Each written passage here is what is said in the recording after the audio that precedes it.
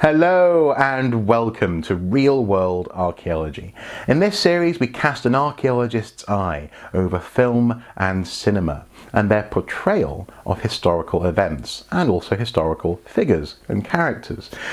We are trying to understand whether they are slaves to fact, to eyewitness testimony, to the best possible evidence, or whether actually Hollywood and co. tend to veer towards the side of artistic and dramatic license. I have to say, this is not a clear-cut debate, and this is actually based on many questions that I've received over the years, more or less one a week actually at times, asking me how well are films portraying the past, in particular certain movies or certain sequences or certain events, and asking whether or not they can be trusted.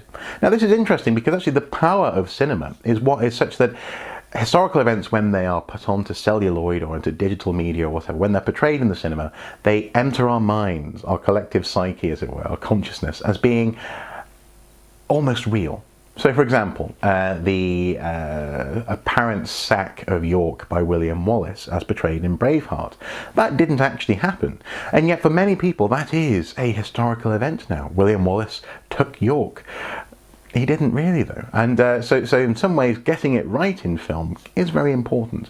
And I thought, well, actually this could be a really interesting series. There are so many topics for discussion and so many films out there which could be examined for better or worse, that I thought, well, let's dive in. Now first of all, we're going to be tackling probably the most request film that I get, and that is Zack Snyder's 2006 film, The 300. This is based on the story of the Battle of Thermopylae. Here, famously, 300 Spartans, led by brave Leonidas, fought against the Persian Empire during what was called the Second Persian Invasion. This was in sort of September to August, or August to September-ish of 480 BC, and it was actually primarily recorded by Herodotus himself, a Greek historian who was actually born around the time of the battle and lived for around 60 years. So it's likely that he heard first or second-hand accounts of what happened during this battle, during this conflict in many ways between civilizations, not just between two armies. Now, the reason why this film is so often requested is because it's so darn popular, and also because it's visually striking. The film, yes, it is based on those events as recorded, as recounted by Herodotus, but it is more than that actually. It is based around this graphic novel, The 300, by Frank Miller and Lynn Varley. Now, Frank Miller, who wrote the piece, did an awful lot of research, in particular using Herodotus as source material.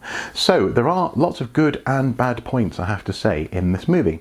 The first thing though to bear in mind is that the visual style of the film is directly coming from the graphic novel.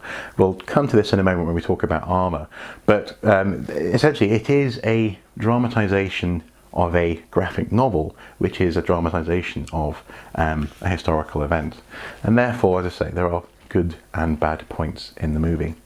Now the whole film basically starts out with young Leonidas as a boy, as a teenager, going out on what's called the agogi. It is a rite of passage for young Spartan men to prove themselves, and this is actually where our first notch against the film comes in. We are shown a boy out in the wild, out in the middle of nowhere, hunting in the snow and being confronted by a wolf. He ends up killing the wolf in a way which will echo the battle. He actually lures it towards these two rocks and hides in the middle with a spear, which is very much the Thermopylae scenario. So it's very good artistically in that sense, but it's entirely inaccurate.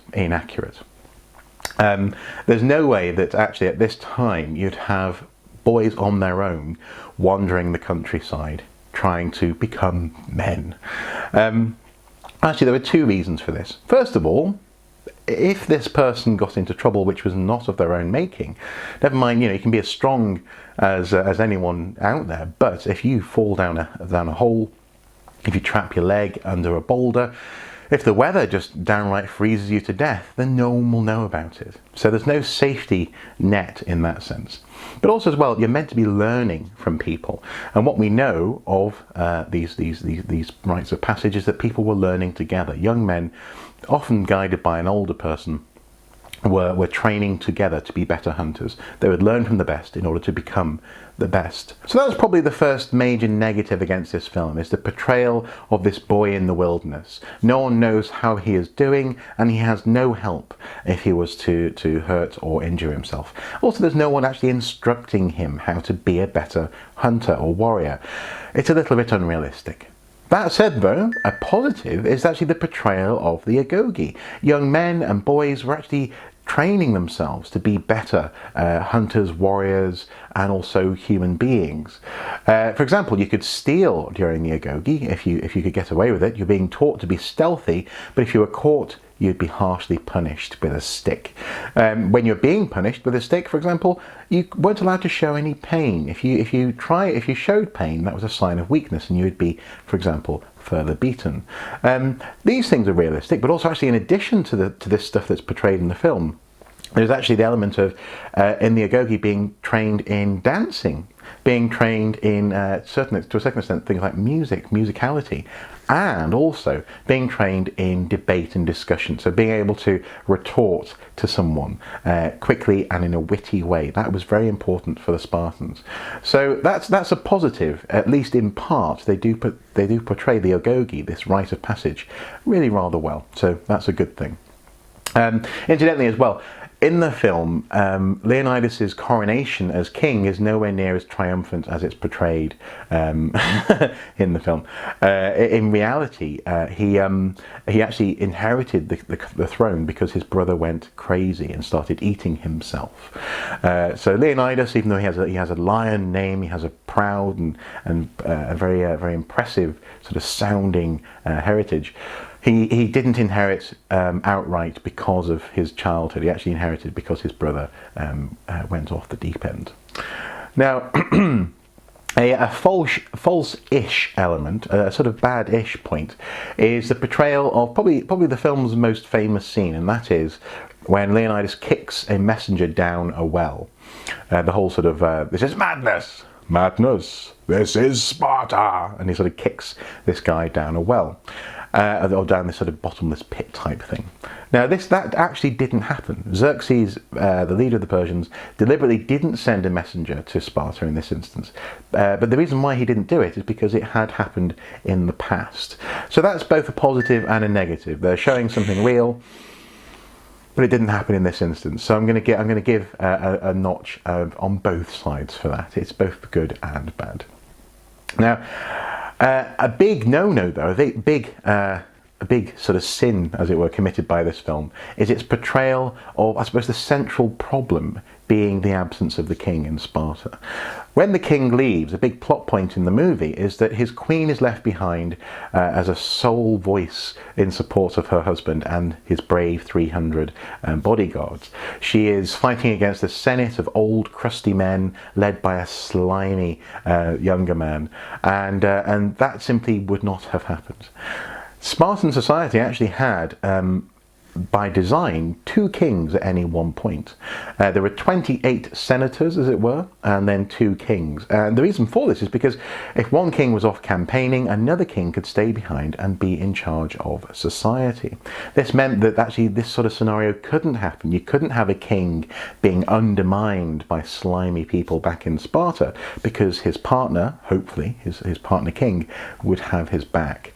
So that is something which I can't ignore. Sadly, that is deeply inaccurate. Now, there is something though from this moment which is very, very true, and that is what the queen says to her husband as he's walking away. She says, "Spartan," and he turns, "Yes, my lady." "Come back with your shield or on it," she says. And this is apparently what mothers would shout to their sons as they went off to battle. This is what wives would shout to their husbands. It's what sisters would shout to their brothers. The whole idea being that if you came home without your shield, you've dropped it in battle and you've run away. You either come home with your shield because you've just been such a badass warrior that you've kept your shield, you haven't dropped this big heavy piece of bronze, and you've survived, or you come back on your shield because you've been killed, and you've been killed honourably as a Spartan warrior should be. That's the whole point of that saying. So when she says it to her husband as he's leaving, that is true. So that is worth a positive mention, I think. Now, probably the most famous thing about the film, apart from individual scenes, is the fact that these actors really got themselves buff. They were strong, they were very, very healthy, very, very muscly. Healthy and muscly are not necessarily the same thing. And they're actually portrayed as fighting naked. In the film, well, not quite naked, but almost naked. They're basically wearing like leather underpants, and they've got red cloth capes, and that's about it. That's all they're wearing.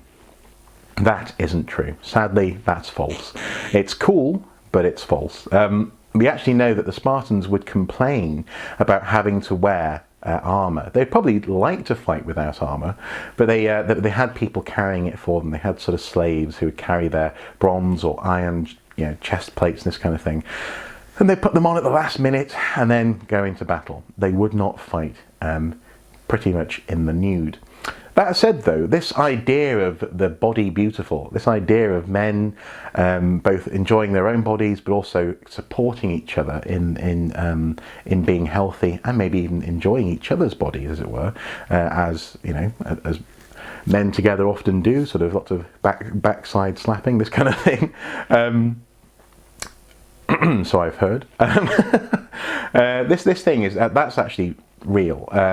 What we do know is that there was actually really strong camaraderie encouraged between the different warriors in Spartan society.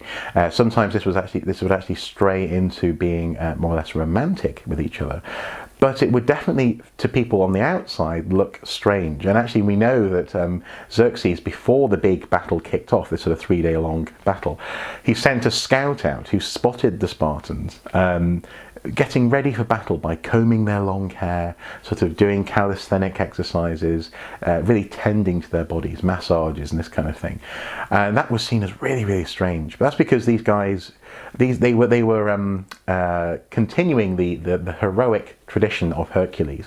They wanted their bodies to be perfect, and they wanted, when they went to battle, they wanted to die in such a good way that they would be worthy of what they've been training for all their lives. So these rituals were certainly real, and this approach to the body was real.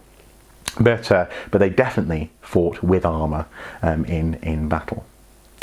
Now, this actually leads me to another element, which is in the negative, unfortunately, and that is breaking the phalanx. In the film, in fact, we hear the king describing the power of the phalanx, the fact that actually together the soldiers are stronger. They defend each other with the shield. You defend more or less the man to your left with your shield, and the person to your right is defending you. You have in your right hand your spear, and you have a helmet, and you work together. You are unbreakable. Horses stop in your presence. The soldiers, they break around the phalanx like waves on the beach, because it is a strong unit, not individual men.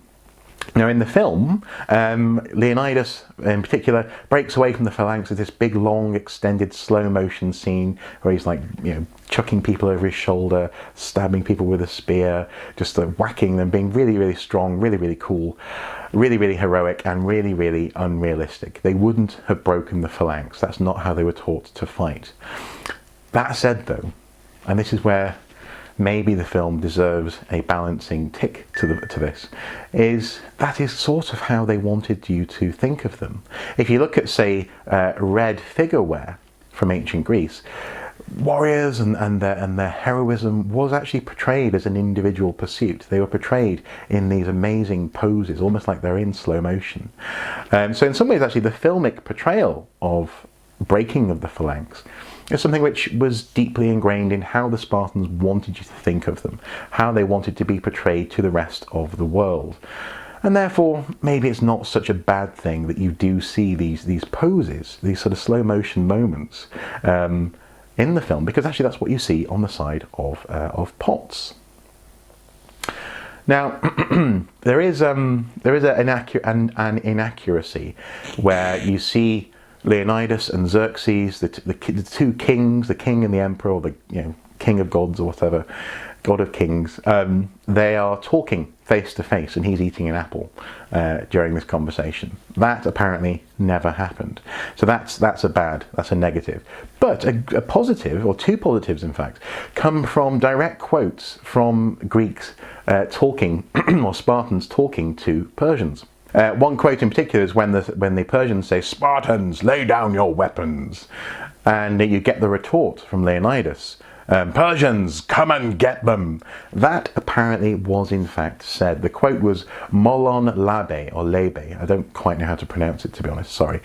But that apparently happened. Apparently this is the whole thing I was talking about with the agogi, is that people were taught how to comment quickly and retort in a witty fashion. So in that instance, apparently the Spartan king did in fact essentially say, "Yeah, sure, you can have them if you can get them." Come on, bring it, and that is cool. So that's one positive. Another one is the quote in the film where the Persians sort of say, "Our arrows will blot out the sun," and apparently Spartan says, "Oh well, that's good. Then we shall fight in the shade." Essentially, well, that's wonderful. Yeah, that means we can slaughter you and not get too sweaty. Brilliant. That also happened. So that's another positive, I think. Well worth a commendation, I think, for that quote as well. Now, in the film, Xerxes is portrayed as an ignorant, witchcraft-driven maniac. That is entirely false. This idea of the Eastern lands being this land of mysticism is nonsense. Actually, they were very well educated. The Persians were extremely cultured, and in fact, they really respected Greek culture itself. That's why they wanted to fold it into their sphere of influence. So this whole portrayal of these sort of grotesque Persians, that's not true. So that's probably a negative, I think. And tied in with grotesque portrayals, Ephialtes, the person who betrayed the Greek forces, he was not a hunchback, and he was not actually a former Spartan. He wasn't someone who wanted to be a fighter. In the film, he's portrayed as this guy who sort of who wants, whose father was a Spartan. He wants to be a Spartan too, but he's just too deformed to be an effective soldier. That apparently is not the case. Ephialtes was much less sympathetic than that. He was just a scumbag who took money to betray his countrymen. So according to Herodotus, Ephialtes was just a goat herder, some chap who just went, "Yeah, I know a way around. Give me some money." So yeah, that's a bit of a bad portrayal, but in some ways a more sympathetic portrayal, I think, of that character. You can sort of understand someone feeling betrayed as opposed to just being a money-grabbing scumbag. Now, in the film, there is one soldier who's portrayed as surviving the 300, surviving the battle at Thermopylae, and he's the person who actually is narrating the film. He's had an eye taken out, so he's sort of wearing an eye patch. That isn't true. Supposedly in the film, he was sort of sent home to go and tell the Greeks what happened here, this kind of thing. That didn't happen. So that's a negative.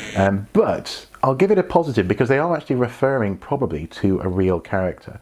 There's a chap called Aristodemus who did survive, and people actually thought this was terrible. Do you remember the women and the other Spartans at home? They thought that you were a coward if you survived a battle, and especially if no one else did. Well, he was labelled a coward, and in fact, as Herodotus says, no man would give him a light for his fire or even speak to him. He was called Aristodemus the coward. And so this person was a real person. And as in the film, where the one-eyed chap is at the Battle of Plataea a few years later, ready to lead a gathering of Greeks against the Persians, actually Aristodemus did do that. Well, he didn't lead it, but he was involved in it, and he actually redeemed himself. The Spartans said he fought bravely, he fought with honour, he was a very impressive warrior, and he actually brought himself back into the fold, back into society, by being a good warrior. So that's both a positive and a negative, I think. But the character who we see in the film, I'm afraid, sorry to say, didn't exist. Now, The end of this film is really all about the notion that the Spartans don't retreat, that these 300 Spartans stayed their ground according to Spartan law, no retreating, and also that they died on their own in defence of Greece. And I have to say, that's another negative. That apparently didn't happen. To be honest, this idea of the Spartans not retreating is one which would have been a bit of an anathema, really. We now think of the Spartans not retreating because of Thermopylae, but there's plenty of evidence that Spartans would happily retreat for tactical purposes. In this instance, they stayed because they believed in what they were doing. They didn't stay because they weren't allowed to leave because of their honour code. That's not what happened. They also didn't actually die on their own. We are told that 400 Thebans and many other Greeks actually stayed. They refused to leave as well. So there were at least maybe 700-800 people at that last stand, while other Greeks did go home. So the end of the film is, again, a bit of a fiction. It's not really based properly on Herodotus, but it gives you, I suppose, the sense that the Spartans would want you to have, and I'll come back to that point in just a moment. I suppose first of all, it's worthwhile telling you a bit of a story. There was a story going around at the time that the Spartans would proudly tell, and it goes like this. An old man was wandering around the Olympic Games. He was at the stadium trying to find a place to sit, and he reached the seats next to the Athenians, and they said, "Go away, old man, you decrepit fool." And he carried on walking, and he came to more Greeks, and they said, "Oh, whatever, no room here, that seat's taken." But when he came to the Spartans, not only did he find that the seats were all taken, so he was expecting to get abuse, but these guys, they actually stood up as one and offered him their seat, or their seats. And supposedly the crowd applauded, and the old man said, "Look, everyone, look, all Greeks know what is right, but only Spartans have the gumption to do it. Only Spartans do what is right. Everyone else just knows it. These guys, they do it." And this story, which I imagine the Spartans would probably tell you, and which comes from that time, this is really, I suppose, the heart of the issue here. And that is that the film may be full of negatives, the film may be full of inaccuracies, but it does feed the myth that the Spartans would have you buy into, that they were perfect human beings, descended from Hercules himself, that they were brave men who would go into battle without armour, that they were men who died alone for the sake of honour and righteousness and freedom, that they were, in fact, the people who drove the myth of Thermopylae, and who created this stamp on the ground. This far, no further. This is the thing that the Spartans would want you to remember. And in many ways, the things that I've been nitpicking about, the things that I've been saying, false, no, didn't happen, are kind of unimportant. A little bit like the red figure wear, a little bit like the way that they actually did hone themselves and hone their bodies. It was about being bombastic, being larger than life, and being, in many ways, better than other Greeks. They didn't write like the Athenians. They didn't go around trading like the other Greeks necessarily. And they were involved in these things, but they didn't do it as much. What they did was they honed themselves to do what was right, and that's what they'd have you believe. And so in some ways, as I say, this film portrays that perfectly. In some ways, the 300 movie, and in fact the 300 graphic novel, is an excellent portrayal of Spartan culture, the Spartan mindset, if not Spartan reality. After all, the reality is, Sparta wasn't a vast, great city. It was about the size of a small village. Athens itself wasn't this massive metropolis. It was also a fairly small city-state. We call them cities because at the time these were large populous centres, but they were actually small towns, and they had rivalries. And I imagine that the Spartans would love the 300 movie as the perfect piece of propaganda for their way of life. So hopefully this has been an interesting video. Hopefully this little exploration as to the positives and the negatives of the 300 has been useful, and I hope, to be honest, what I'm hoping is that these videos won't just be tearing movies apart, because actually I love movies. I also love the 300 film. Rather helping you to wade your way through some of the slightly more difficult elements, and not get too bogged down in in either seeking out accuracy, but also too bogged down in some of the fallacies that are put about by Hollywood. Anyway, do comment below if there's anything else you want to highlight in this film as a positive or a negative. I'd love to read about it, and I'm sure other people out there will too. As ever, guys, until next time, do take care. Bye-bye.